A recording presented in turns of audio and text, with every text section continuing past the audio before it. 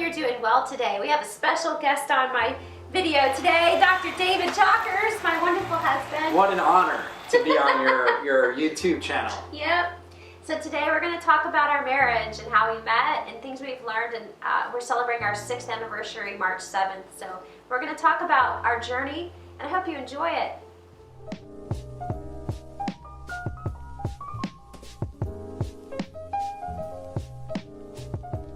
Hey guys, we're going to do this video podcast a little differently than normal. Usually it's me interviewing somebody about nutrition and lifestyle, or me giving a presentation on that. Today, my wife and I, Angel, my beautiful wife, if you haven't seen and met her yet, who is about 6 months pregnant right now. Seven months pregnant with our 4th child. We are actually celebrating our 6th anniversary on March 7th. So we thought it would be a great idea to do a video podcast where we talk about what we've learned, our journey, and what we've learned over 6 years of being married and close to 7 years of knowing each other. Right? Right. That's right. So you guys are in for a treat. We're going to talk a little bit about how we met.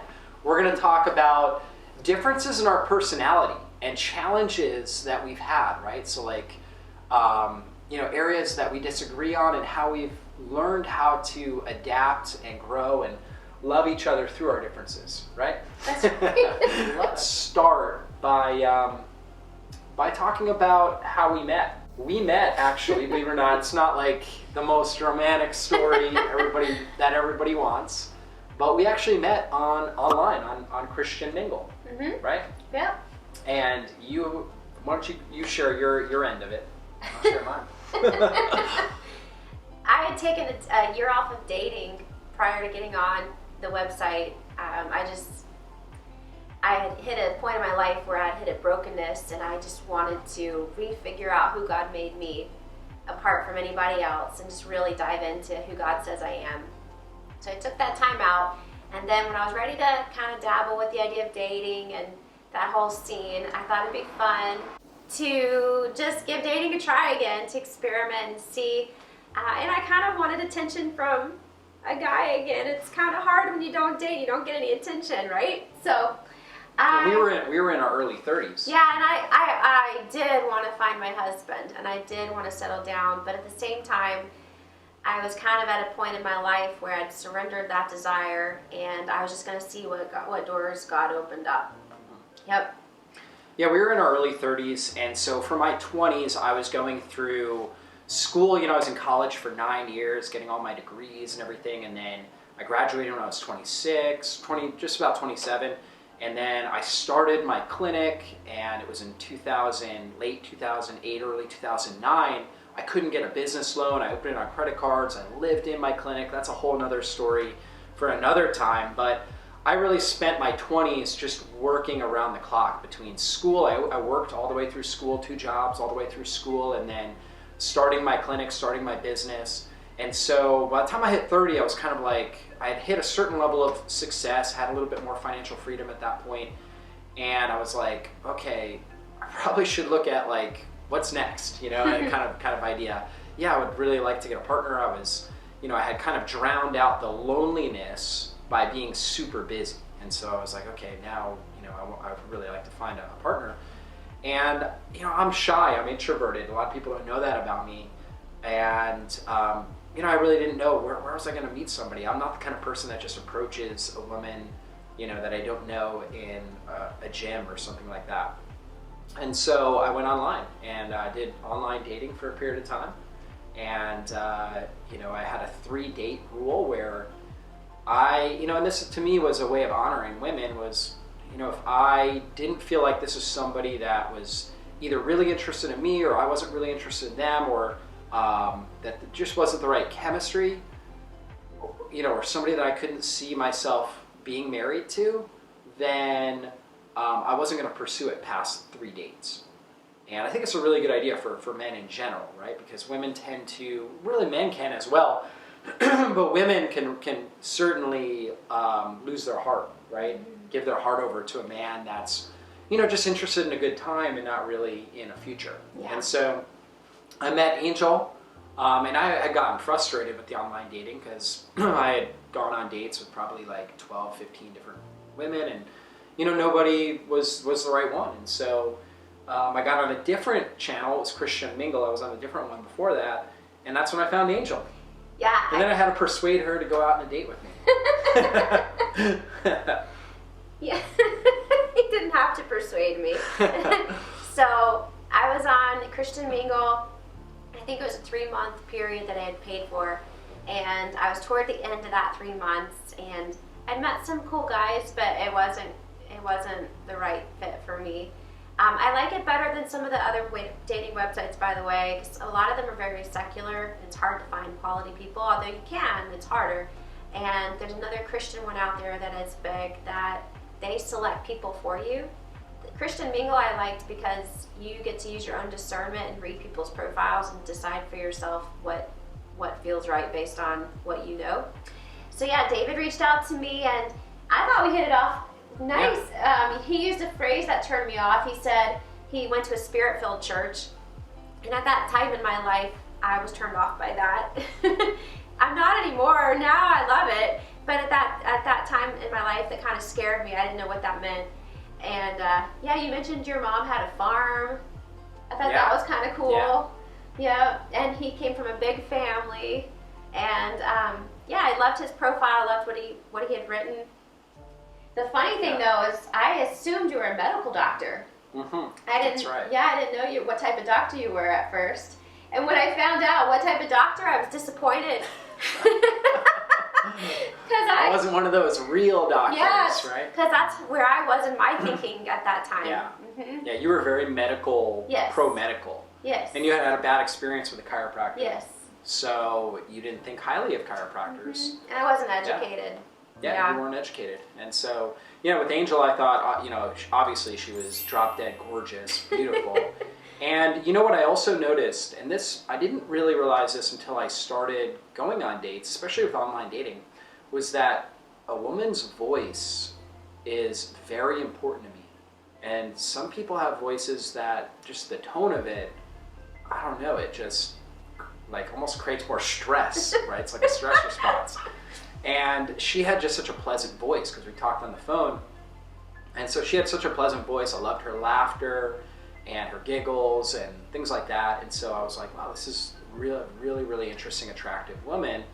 And we had similar values, right? So we had values of our faith first, and obviously, I think that's critically important to have good values in the people that you're going to be with. Now, I very much valued health, and she thought she did.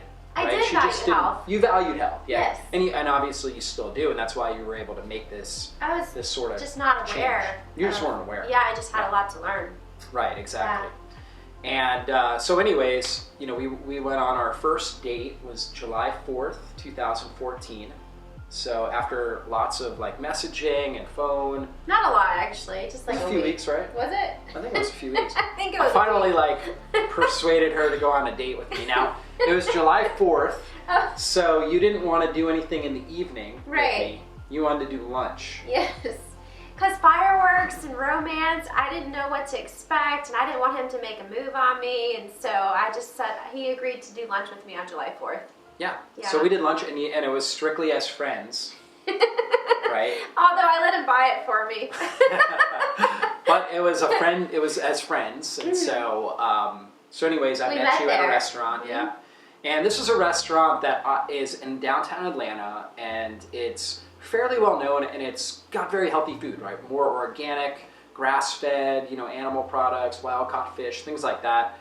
And it's very exotic. It's like an exotic-looking place. It's called R. Thomas.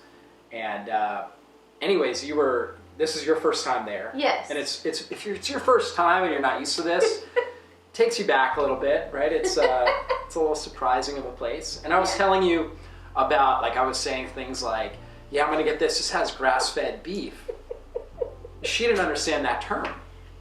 I mean, you thought all beef were grass-fed, right? Yes. So I had no idea what he was talking about. Yes. So my listeners know there's a difference between grain-fed and grass-fed, and we want the grass-fed beef because of better fatty acid ratios, more nutrients, things like that. So we'll get in a little nutrition here, guys. We'll get a little bit for you. But you weren't aware of that, and so I was starting to tell you about that. Not for long, though. Don't worry. He didn't bore me on our first date. Yeah. It was just for a couple minutes. That's right. That's right. Yeah. Yeah. And how was that first date for you? So the first thing I felt was when David first saw me, he gave me a hug, but it didn't feel like an inappropriate hug. It wasn't I didn't feel like a trophy. It was just like a friendly hug. And he said, wow, you're beautiful, Angel. And that was the first thing, but it didn't feel inauthentic. I could just tell that he felt safe. I felt safe in his presence, and I felt like I could trust him right away. That was the first feeling that I had. And that was a great compliment to me. She didn't tell me that until a lot later, but hearing her say that is a great compliment. That's how I want to raise my sons. When my sons go on a date with a woman, I want them, when they're like 35, when my sons go on a date, I want that girl to think, I'm safe here. That's a really great trait. So praise God for that. And anyways. He prayed, he pulled out my chair as a chivalrous and said a prayer for a blessing. I like that leadership element. And then we just talked. Yeah. And exactly. I felt so safe that I felt like I could share my story, because I had quite a story the year before that. Yeah. Quite a journey in my life, and I felt so safe and so comfortable that I shared my story and what I'd been through. Yeah. And she had hit rock bottom, so it was, she was really sharing her heart.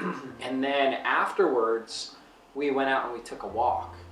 And because it was during the day, we took a walk, and she took off, I think you had sandals on, because you had heels. You had a dress, okay. Yeah. And you took off your heels. She didn't want to walk with her heels, and so she was grounding, so that's like a health benefits to that. So I'm like, that's cool. And I just thought, she's like really free here. And that was very attractive to me. And I thought, that's very, very attractive. And she was laughing, and I could tell she was having a great time, and she felt free to be herself. And I loved that. I had been on dates with girls that I felt like were just like holding, I think there's like an awkwardness that I felt with a lot of girls that was a turnoff. And I felt like she was being very, very free and open. I felt that energy, and that was very, very much attractive to me. And that came because of my time off of dating.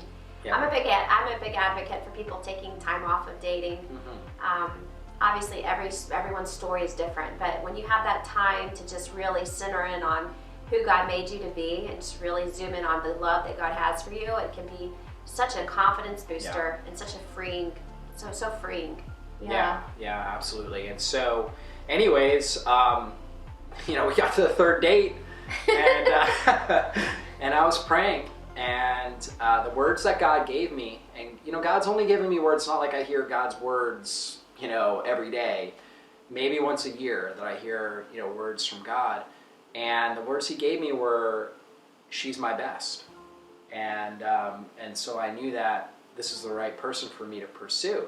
And I knew that there were issues, and there were going to be issues there. I mean, we were obviously, in the early stages, you get all the goosebumps, right? And it's easy to overlook weaknesses that people have, right? I was kind of aware of it, but I was also love struck. So at the same time, but I knew it was going to be a journey. And I think anybody getting into a relationship, if you're not thinking that, then you are just naive. Right. And so, and those words that God gave me were powerful because God gave you those words about yourself. Right. I thought He was kidding at first, and I didn't know how to take it when he actually told me that.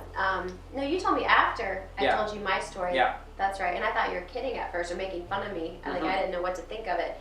When I was in my rock bottom phase, the year prior to that.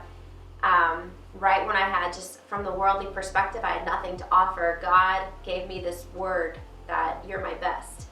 And so, and not in an arrogant way, not in a way that's like I think that God would say that over all of His children. And right during that time when I had nothing to offer, right, from a worldly perspective, that's when God told me I was His best. And so for David to have God share that word with him was I didn't believe Him at first. Yeah, exactly. It's hard to believe, but those are the words that God gave me. God's always given me words that are like 3 words. It's a sentence that's 3 words. Like when I was starting my business, He told me, So early on in my life, my early 20s, he gave me a word. I had a broken ankle. I had all these I had certain challenges that were going on. And he gave me a word that was get up and walk. It was very unique because I had a broken ankle at the time, right? So it was, 3 words, get up, walk. Get up and walk. Well, I guess 4 words. And then when I was starting my business and I couldn't get a loan, he gave me a word that was keep walking, right? And so it's these very short, powerful sentences. And again, it's not like an audible voice. It's more of just a pressing on my heart. And and that was the pressing that God gave me on my heart, that she's my best. And you know what that meant for me was she's my best for you. Like, this is my best. You're not going to find better than this, so it's your fault if you don't move on here. And so, anyways, we started dating, and we were 32. And, within several weeks, I knew, I wanted to pursue her hand in marriage. And I had to get 5 blessings because I had to get your birth father, but you were really raised by your mom, who was a single mom, but then eventually remarried, so she had a stepfather, right? When she remarried, your mom remarried when you were 13, and so she had a stepfather, a birth father. She had a grandfather that was like a father figure to her, right? Her mom's father. And then she also had like an adopted grandfather, this adopted couple that really influenced her life a lot. So I had to get a blessing from them. And then also your uncle jumped in there too, right? So like he was protective of Angel as well. So anyways, I had to go about getting 5 blessings in that process. I wanted the old fashioned. I wanted to know, because I've just made mistakes along my journey, and I was a little bit nervous about taking the plunge and trusting myself in this big of a commitment. And so it's really nice. And I just like the old-fashioned aspect of getting your father's blessing. Not that you need it when you're in your 30s, but I just liked it. I liked that idea. So I wanted David to do that. He wasn't forcing that on me. Yeah, and I think it's the right thing to do for the man. Again, it's this idea of chivalry and honor, and it displays honor to the people who have influenced, your girlfriend, in this case, was my girlfriend's life. It displays honor. In fact, your birth father, who really hadn't been a part of your life until later on as you were an adult, he was in tears when I asked him, because he didn't even feel like he was worthy of me asking for his blessing, right? So he was even in tears about it. I think everybody else just really felt honored, and and obviously your family really liked me, right? Which was a great thing too. So the blessings were easy because I knew everybody really liked me a lot too. Yeah. Yeah. Everybody loves David. He's hard not to love. So, anyways, with that said, one of our first arguments actually was when we got the ring, right? I've never spent money on jewelry. I've never bought jewelry in my life, and we went to a jeweler, right, to look at rings, and Angel really didn't have any money. She didn't grow up with money, and she didn't have money at the time. And our parent, neither of our parents have any money. So I was going to pay. I had money. I was going to pay for the merit for our wedding, right? I was going to pay for the ring, right? All these different things. So I was thinking, and I'm definitely more frugal as a person in general. So I'm thinking, okay, I've got this amount of money that I can invest. We're going to have a wedding. We're going to have this. So I'm thinking through things kind of mathematically. I'm like, okay, the ring, right? What does that cost? $1,000, $1,500? I mean, like, how much is a ring, right? It's a lot, but that's what I was thinking in my head. So we looked at rings, and the one she liked was like, what, $5,000 or something? And I was kind of like just intimidated by it. And we had, you have arguments that come up. And so in my head, I was thinking, we're already a team here. I have this amount of money. How are we going to spend that on the ring? And she was thinking, aren't I worth this amount? Right? So that was like our first real argument. Yeah. And, but anyways, I think we settled in the middle there. I think we were in the middle there as far as how much was spent on the ring. And so I ended up proposing November 2nd. So we met July 4th. We proposed November 2nd. This is 2014. And then we got married March 7th, 2015. So that's when we got married, and we had a pretty big wedding at a church that we were attending at the time, and a pastor that I had been pastored by for, I guess, at that point, like seven years or so. And so that was really great. We had a great party there, and then we had a great honeymoon in Mexico. So we enjoyed all of that, and that was a lot of fun.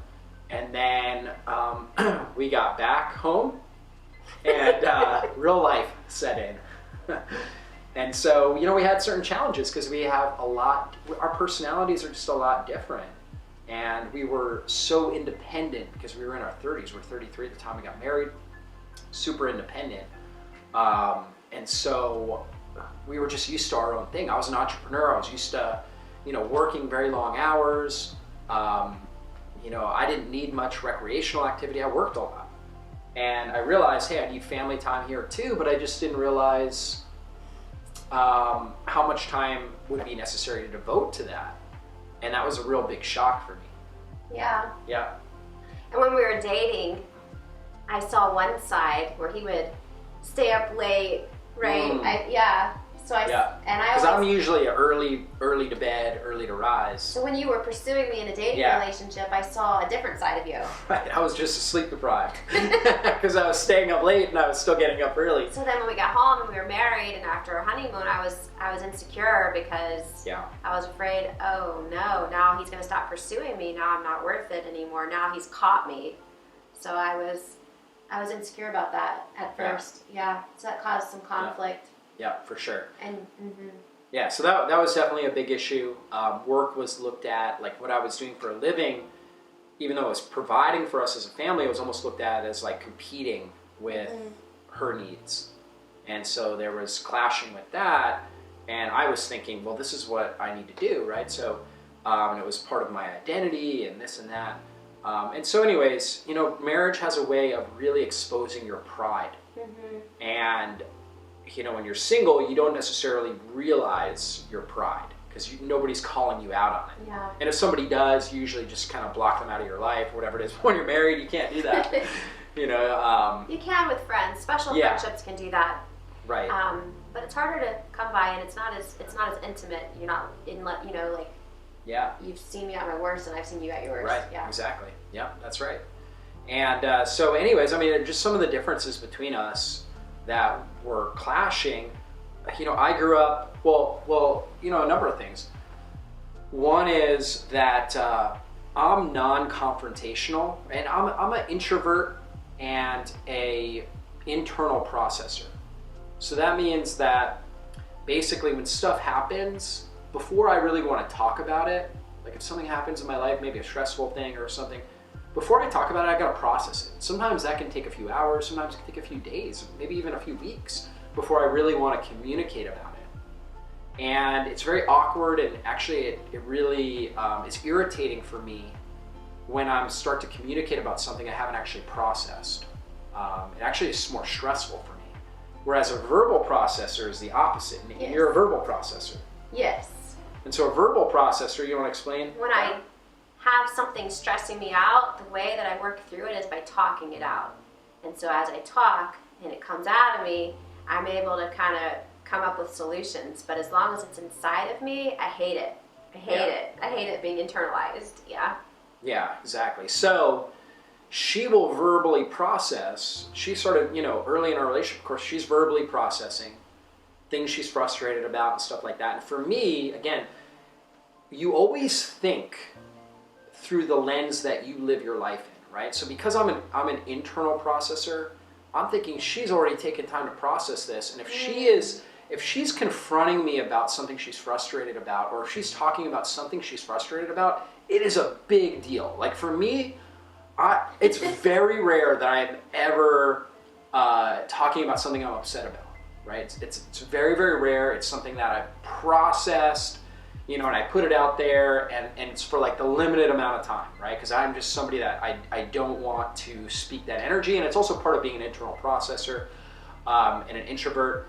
And so she would be talking about stuff she was frustrated about. Oftentimes it was about me, sometimes it was about other things, but all of it stressed me out because I'm thinking like worst case scenario, she's not happy. And for a man, when his wife or his significant other is not happy, that's really stressful. For a man, what gives me the greatest pleasure is when she's happy. Like it brings peace to me. It's like it's the greatest form of joy is when I see my family happy. So like even today, when she starts externally processing and it's negative stuff, my stress hormones go up, and I know she's externally processing. So like in my head, I'm saying, well, it's just external processing. She just has to get it out. But in my head, I'm like, stress hormones go up. In my head also, sometimes I'm judging her. I'm like, why is she so negative right now? Like, I'm thinking that. And that's, again, a form of pride, right? So it exposes my own sin, my own pride. Because a lot of times I'm thinking, why can't she just get over whatever it is she's getting over, And then she gets frustrated with me at times because I don't communicate. Like a lot of times, I will just want to be quiet. Yeah. And you'll be like, what do you think about this? And I'm like, that drives me crazy. I don't know. No, I think it's fine. Or else just say very, very short sentences. Yeah, it's fine. I don't really care. It's totally fine. And it's kind of a way of like, leave me alone. It feels like it's dismissive. I need to process. Yeah. Which it is, right? Because it's like, I don't want to talk about it. If I talk about it, then I'm going to get more stressed out. You're actually going to suck my energy out of me if you make me talk about it. So please don't make me talk about this. Whereas for me, if I don't talk about things, I get stressed out. I'm the exact opposite. So for me, talking things through, whether I'm upset at you or someone else, getting it out, either us talking it through or me telling you about the other situation with someone else so that I can get it out of me, putting it off is the worst. Yeah, putting it off. Relational tension is to me the highest stressor in my life whenever there's relational tension. Yeah, so we're the opposite in that. And again, you always think the way that you naturally communicate. So you think if somebody's holding something in, it's because it's actually causing more stress and more burden on them. But if they're an internal processor, then it's actually helping them resolve the issue, keeping their stress levels down, and then it'll marinate in their mind until they deal with it, right? And then they'll start communicating about it. So I think a lot of couples in marriage struggle with some of the things that we're talking about, or things that we'll talk about in a moment. And it's so enlightening when you have this realization and you start to understand how we're wired, how you're wired, and how your partner is wired. It's so enlightening. Yeah, I mean, it's so helpful. And it really stops arguments. It does. We can make a joke out of it. Yeah, exactly. Like an annoyed joke, but we can even tease about it now. Right, exactly. I mean, I think that's what's so important about it. And, if we do have a tiff, it's like 10 minutes later, we're like, oh, well, that's because, and we're explaining why we had a disagreement because of the way that we communicate differently. We're also different in our love languages and our needs as far as that goes, and then as far as our temperaments go. Yes, because if you know the 5 love languages, it's time spent, gifts, words of affirmation, acts of service, and physical touch. And so my top 2, I guess my top 3 that I'm strong in are acts of service, physical touch, and words of affirmation. And you're also a physical touch, so it's really helpful for us because we like to be cuddly. We're cuddly and stuff like that. That's a really easy one for us. Except for when I'm mad. And you're also a words of affirmation.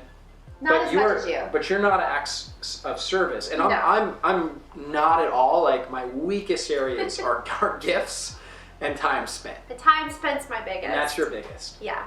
And so time spent doesn't just mean spending time. It means giving me attention while we're spending time. It means when I talk, you look at me. Yeah, exactly.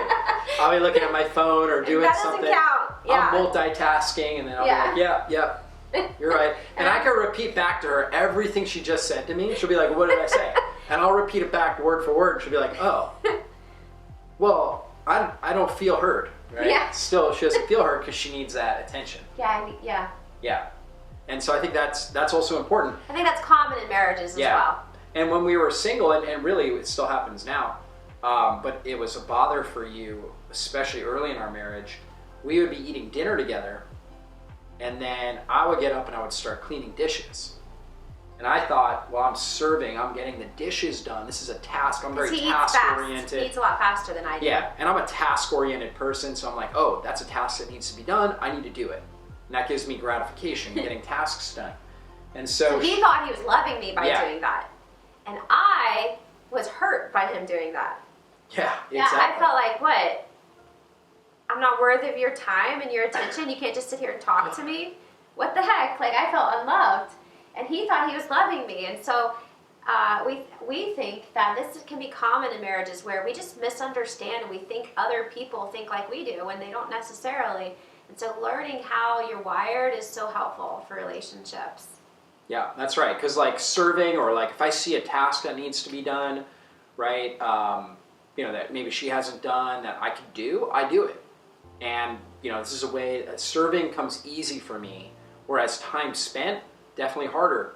Whereas for me, I'm not task-oriented naturally the way God's wired me. I've learned how to be, but that's not my innate way God's made me. And so I could just sit here and talk to someone forever and not do anything and not feel guilty about it because that's not my priority. Yeah, exactly. Yeah, whereas for me, I have conversations with people typically while I'm doing other things. Like my best friend, he comes over, we work out together. So we're talking while we're getting our exercise in. So we're being productive, and things like that. So yeah, it's really been a lot that we've had to learn about each other. And you're also very confrontational. I'm non-confrontational. So if there's things that she's doing that are annoying to me, I just think, that's annoying, but then it just goes out of my brain. You won't say anything unless it's a big deal. Yeah, and it's got to be a really big deal. Whereas if I do something, if I breathe the wrong way or whatever it is, she's like, she's confronting me about it, and she's doing it because this is how she's wired. Like if she sees something that's... I just talk. Yeah, exactly. You talk. And then for me, I'm processing it like, oh my gosh, this must be a huge deal. And then in my mind, if it doesn't add up, if I'm like, whereas to why me, is she making a big deal out of this? And I just think, she's being dramatic and this is crazy and stuff like that. So. Whereas to me, it's no big deal. I'm just telling you, hey, this annoys me. Right. Like, there's no big deal to it in my head. Yeah. Yeah. Exactly. And so again, I think a lot of couples struggle with these types of things. And then the other thing I wanted to mention is the temperament test. Right. That's been helpful. Now, we didn't take that till a year ago.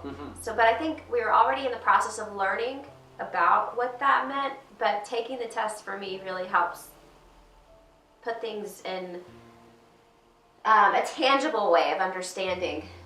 There's a book called I Said This, You Heard That. It's written by a counselor that's been in the profession a really long time, and she wrote a temperament test, and she has a theory that there's 4 temperaments. Let's see, caloric, phlegmatic, I don't know how to, I just know the colors. Just go with the colors. I'll go with the colors. Yeah. But there's yellow, red, blue, and green, and you take this test, and it really, I felt, was spot on. And learning how, because personalities and gifts and passions can kind of fluctuate depending on the season of life you're in. But according to this author, temperaments are there for life. So understanding the innate way God has created you with your temperament and the needs that you have, the natural weaknesses or propensity towards weaknesses that you have and strengths that you have can really help. So in our relationship, we've taken that. We took it a few times. To make sure we did it right. Because the first time I took it, I didn't take it right. I took it according to what I've learned in life and not according to how I am naturally. Yeah, and so, I mean, just real quick, reds tend to be drivers, entrepreneurs, very goal-oriented types of people. Competitors, athletes are oftentimes red. And so they're very driven, typically very, very driven, internally driven people. I'm a red.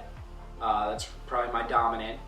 Yellows are very fun-oriented, very people-oriented, extroverts, right? And that's you. You're very much a yellow. And so like reds think goal. I want to accomplish goals, right? I'm task-oriented, things like that. Whereas yellows think fun, relationships, that's a big driver for them.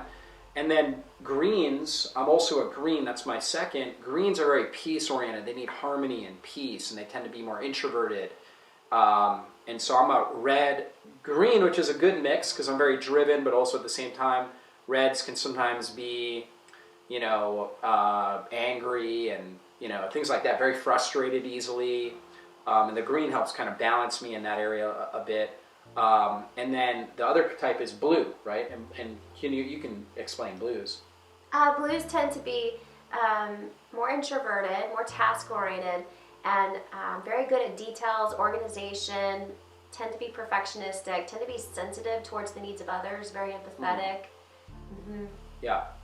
And then, so you're a yellow, or primarily a yellow. Yes. And I'm kind of a good blend of the red and the green, right? And so we the author of the book says that you're not supposed to be those blends, so he's an anomaly we can't figure out. I'm an anomaly, exactly. So, but anyways, it's very interesting to kind of see this, and then she'll say a lot of times, she'll be like, I saw your red come out. Yeah. Meaning like I was too aggressive about something. A lot of times with our kids, like if our kids are not obeying, I'm like, come on, and I just grab them by the hand and, pull them along, right? And so, so sometimes my red comes out, right, where I'm just more red dominant. And, you go through different phases and different seasons. Like when I was building my business, I was probably super high red, right? And then as having a family and settling down more, I'm at more green probably than the red, but, I still have kind of that balance there. So yeah, that has been really, really interesting. Mm-hmm. So we encourage you to check that out. It's been Yeah. really helpful for us, and even in relationships with your family members, your friends, it really helps to understand how their natural tendencies and their strengths and their weaknesses. And the cool thing is as you mature emotionally and spiritually and find your identity in Christ, the weakness column shortens. Yeah. And it's really cool to see that happen. Yeah. Like yellows tend to be disorganized, and they tend to be scatterbrained and forgetful and flaky. That's our weaknesses. And it's been cool to see how God's been sanctifying me in some of those ways that I'm naturally weak. Yeah, exactly. Yeah. Yeah, and greens tend to be very indecisive and kind of slow moving and stuff like that. And so there's times where I'll be like, I don't know, I'll just be indecisive about stuff. And she'll be like, I need your red to come out. Manifest the red, right? So yeah, that has been. That's been big in our relationship. Yeah. Yeah. Yeah. So let's kind of finish off by maybe top 3 or 5 life lessons that we've learned in 6 years of marriage.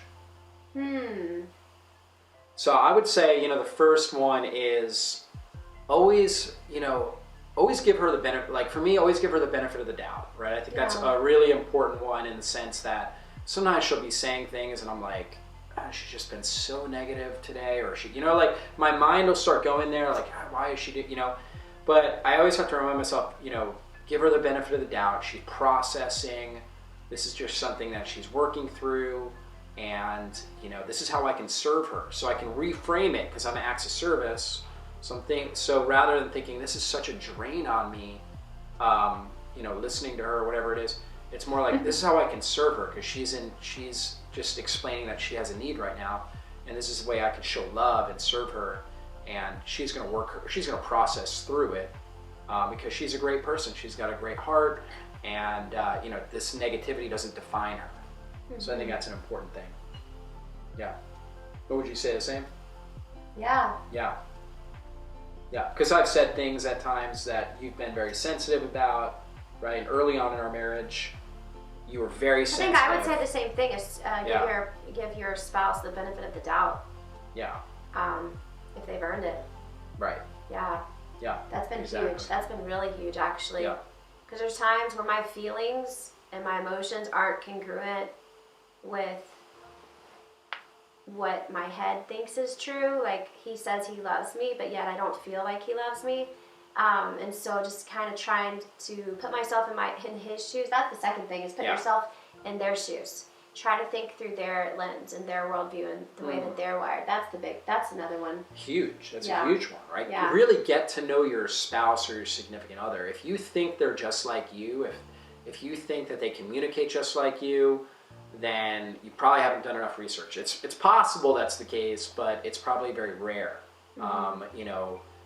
Females tend to communicate differently than males, right? And so it's, and we talked about, people who, confrontational people, non-confrontational. We talked about introvert, extrovert, verbal processing, non-verbal processing. right? And so you really need to understand and try to really know your spouse. So when they act in a certain way, if you just take a step back, take yourself out of the moment and the emotions and just say, oh, well, that's why they're doing that. You know, and I also think about like, okay, you were raised by a single mom, you felt rejected by your dad early on, so you're very, you know, like there's a natural part of you that has a wound, and that wound, it can be easily aggravated, and to where you start feeling rejected, and the way you deal with that is you either fight, right, or you get really depressed, right? And your initial response is to fight, right, or to get mad.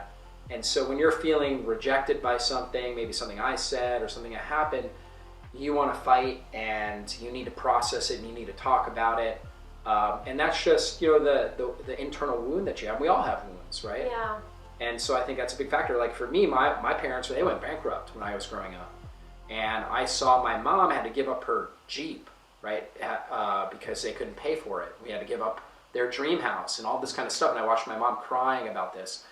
And I thought, I never want to have financial stress in my family. So if I ever feel like, man, we're in financial stress, which was early on in our marriage, we're doing a lot better now. And I've also become more mature and balanced in this area. But if I ever feel like that, or I feel like she's being not responsible financially, then I get stressed. And so that's a weak area for me that I've got to balance, right? And so over time in our marriage, you know, we've been able to communicate about these kinds of things enough to where, you know, I'll say, you know what, I shouldn't have acted like that. I was just that was kind of the immature me, right? That came out. You know, that was the wounded me that came out. And she'll say the same thing. This is the wounded little girl that came out. So, you know, the ugly side of us is actually a defense mechanism. It's trying to protect us from wounds that we've experienced early in life.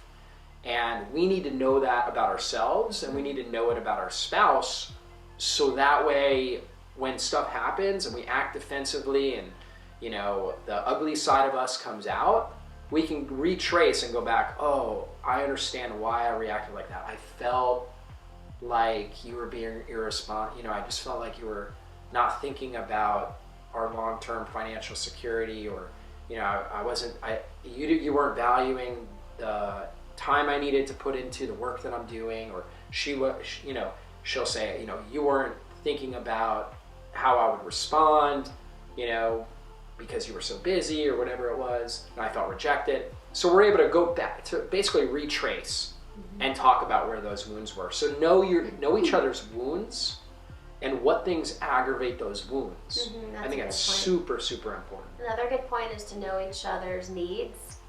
So, because some of our arguing has been, because I have the need for fun, and that might sound shallow on the surface, but it's not. It's how God made me, and there's nothing to be ashamed of about that. I love vacation. And it's one of the reasons why I married you. Yeah. It's something that makes you beautiful is your love and desire for fun, which is not a strong desire for me. Yeah. But it's something that helps balance me, and it's something I love about you. But at the same time, it can also be something that irritates me about you. But he knows that about me now. So at first we'd get into arguments, for instance, because I want to have vacation and I want to spend money on it, and that's a value of mine, and it's important to me to have those times away where you're just enjoying life. And so that's one example, is he understands now that that's a value of mine. So we compromise. Like, that's right. I always want to spend more money, and he always wants me to be conservative. So we usually compromise and talk that through. But now he respects that aspect of me. That's a need that I have. Yeah. And similarly, a need that you have is to feel that, like he was saying, that financial security. And so when there's goals that I have, I've learned to not push, and to also not say a bunch at one time, because that makes him feel that wound comes back. Yeah. So I think knowing each other's wounds, but also knowing each other's needs. Yeah, I think that's so important. And not judging. Yeah, exactly. Because we're just different. Yeah, and I think judgment is so natural to humanity. It naturally comes up in our mind when we start, you know, talking, communicating, we disagree with people, or we disagree with our spouse. You know, saying non-judgment is very important, but realize that you will judge. But then also realize that that's part of your sin nature. So when that happens, it's really, God's trying to reveal to us our own sin and our own pride. So in our head, we're thinking, this person's crazy, or this person, or like they're so wrong about this, and we're getting upset. We're like, I'm not feeling, my needs are not being met, and we have, all of these different emotions that are coming up that are getting us upset and justifying our anger. But in that moment, what God's actually trying to do is reveal to us our own sin nature, our own depravity, our own need for Christ and the redemption that he brings. And, and then once we realize that, we realize, wow, right? This is an opportunity for me to die to myself and show that agape, that, all-encompassing love, that unconditional love to my spouse, to my significant other, to, family members, or whatever it is. And so always just remember, it's going to happen. You're gonna feel like, you're gonna feel judgmental to other people, not even just your spouse. You're gonna have the pride. Just try your best not to feed it. Right? Try your best to have an awareness to catch it. Do your best to stop it. It's got momentum, right? In the moment, it'll have momentum, and it's a lot of motion behind it. Try your best to try to hit the brakes on it, right? Decelerate it, and then turn it around and go back the other way, right? And really offer yourself as a living sacrifice in that moment. What is that quote that you heard from Andy Stanley? Do you remember that quote, David? It was really good. It's about apologizing. It reminded me. Right, yeah. I don't remember it. It's probably on the spot. Sorry. I don't know. But it was pretty much when you're in a moment of a heated argument, then you to take ownership. Oh, right. Do you remember? Yeah, it's basically like, okay, so so I'm really mad. This is what you say. Yeah. You say, so I gotta tell you, I'm really frustrated, or I'm really mad right now because I'm not getting my way. And so when you say something like that, how can you stay mad if someone says that? Exactly. That's a cute little thing that cute. we like that he had said. Yeah, that's cute.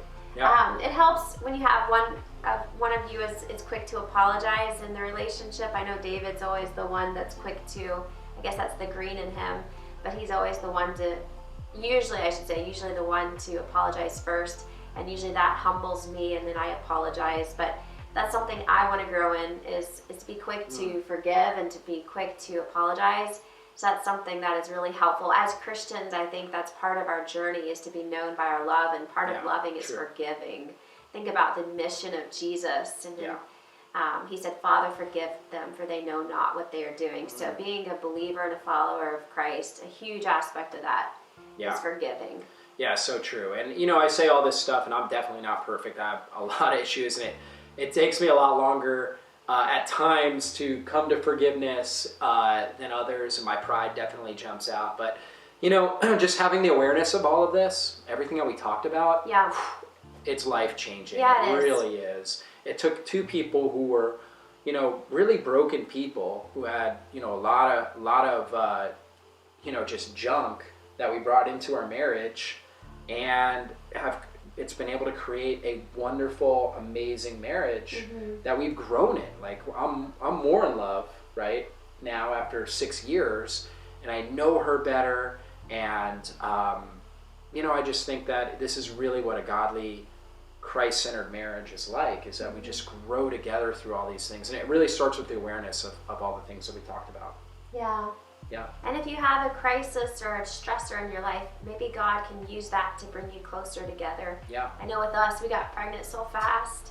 Right. And it was pretty stressful. I didn't even explain that. Yeah, we got married on March 7th. We conceived in mid-April. Yeah. Found out she was pregnant with twins. Yeah. Found out she was pregnant with twins in like mid-May. And then we had our boys December 31st that same year. So we had 2 children, twins, and we hadn't even known each other for 2 years. It was like a year and a half, right? We'd only been married for 9 months, right? So God used that. We had the choice. That was either going to drive us apart or drive us together. And thankfully, we were able to, that really helped, because we had the first couple months of marriage, it was terrible. Yeah, it was like fighting every day. Yeah, exactly. It seemed like it. That's for terrible. Sure. Yeah. It was so terrible. Right. And then when I got pregnant, something snapped, and God used that to draw us together. Right. Yeah. Exactly. So if you have a hardship in your life, I pray that you can use that to draw near That's to each right. other and to persevere through that. That's right. The quote is, adversity can either make you or break you. And for us, it made us, Yes. right? It brought us together. We were a team. I think that was really when you started to see us as a team, Yeah. right? Rather than kind of two individuals Yes. trying to get our needs met. Yes. And I think that's so valuable. Yes. So hopefully, guys, this has been really great for you guys. And we can do this every year, right, for our anniversary. And those of you who've It's been a big married deal. a lot longer than us, maybe. Yeah. What? I'm sure we have lots to learn. I'm sure we do. We don't have Yeah. teenagers yet, but we do True. have 3 kids. We had one time 3 under 3. Yep. Lots of diapers. 3 young kids. Now we'll have 4 and 5 years. Yeah, exactly. Yep. So when you're not sleeping well, adds a whole nother layer, right? Because you have babies, so that adds a whole nother layer to everything. But I would just tell you guys, if we can do it, You can. you can do it. Yeah. Okay, and you can do it because Christ can do it through you. So if you just surrender your life to Him, and on a daily basis, then I believe that your marriage will flourish, and I believe your life will flourish as well, and that He's got great and amazing things in store for you, things beyond anything we can think, dream, or even imagine. And I don't say that in like a prosperity gospel way. I say that just in a way that things that will shock us. It's not like we're all going to get rich and stuff. It's more like just the way that He's going to communicate through us, use us, and just make a difference in people's lives and humanity as a whole. Will at the end of our lives, we'll look back and say, wow, that was a life worth lived. That was a great life. Beautifully said. Thanks so much for watching. I hope this was inspirational and helpful for you. This category fell into the sanity aspect. Again, I'm all about beauty, health, and sanity. All right, give this a thumbs up.